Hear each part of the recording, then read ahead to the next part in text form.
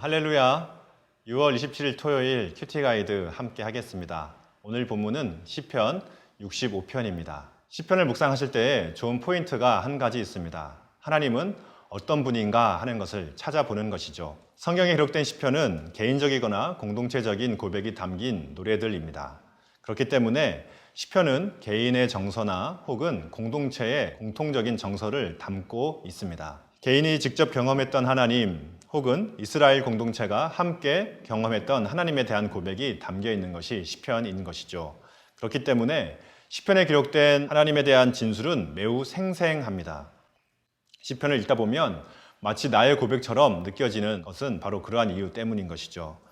시편이 경험한 하나님은 어떤 하나님인가를 천천히 찾다가 보면 어느새 나도 동일한 고백을 하는 것을 볼 수 있을 것입니다.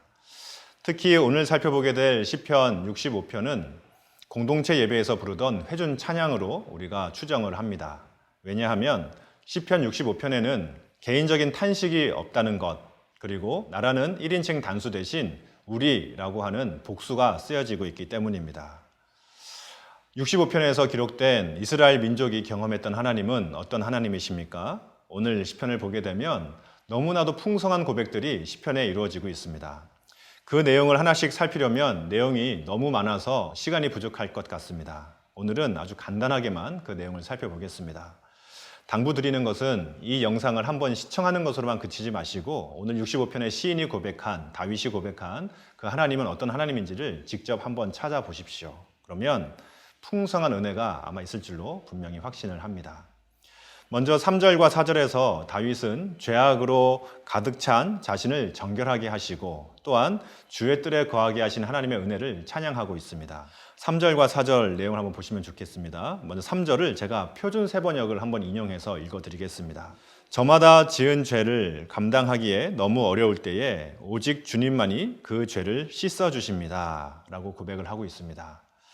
다윗은 사람의 힘으로는 도저히 씻을 수 없는 그 죄의 문제를 깨끗하게, 그 추악한 죄를 깨끗하게 씻어주신 그 하나님의 은혜를 경험했던 것입니다. 그리고 4절에서는 주께서 택하시고 가까이 오게 하사 주의 뜰에 살게 하셨다라고 고백을 하고 있습니다.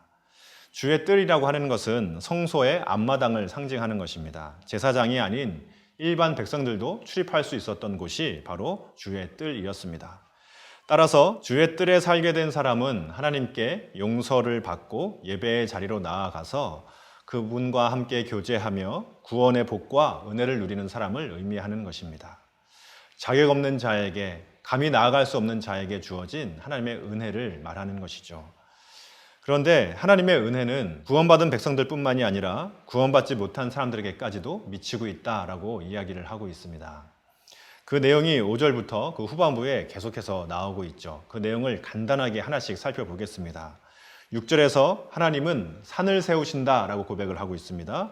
7절에서는 바다를 다스리시며 8절에서는 아침과 저녁이 되게 하시는 분이 하나님이시다라고 고백을 합니다. 9절에서는 강을 흐르게 하셔서 풍성한 곡식을 주신다라고 고백을 합니다. 10절에서는 하나님은 때에 맞는 단비를 내리게 하시며 12절에서 풍성한 푸른 초장을 주시는 분이 우리 하나님이시다라고 고백을 하고 있는 것이죠. 무슨 말일까요? 우리가 살아가는 우리의 삶의 현장이, 우리가 사는 모든 것이 곧 하나님의 은혜다라고 고백을 하고 있는 것입니다. 땅에서 나는 모든 것을 누리고 우리가 오늘을 호흡할 수 있는 것 모든 것이 곧 하나님의 은혜라는 것이고 그 은혜를 주신 분이 바로 우리 하나님이시다라고 고백을 하는 것이죠.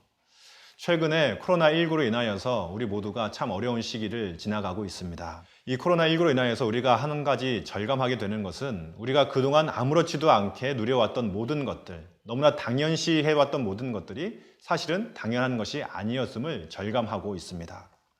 저는 이 말씀을 묵상하는데 4절 말씀이 참 가슴 절절하게 다가왔습니다. 제가 한번 읽어드리겠습니다. 주께서 택하시고 가까이 오게 하사 주의 뜰에 살게 하신 사람은 복이 있나이다.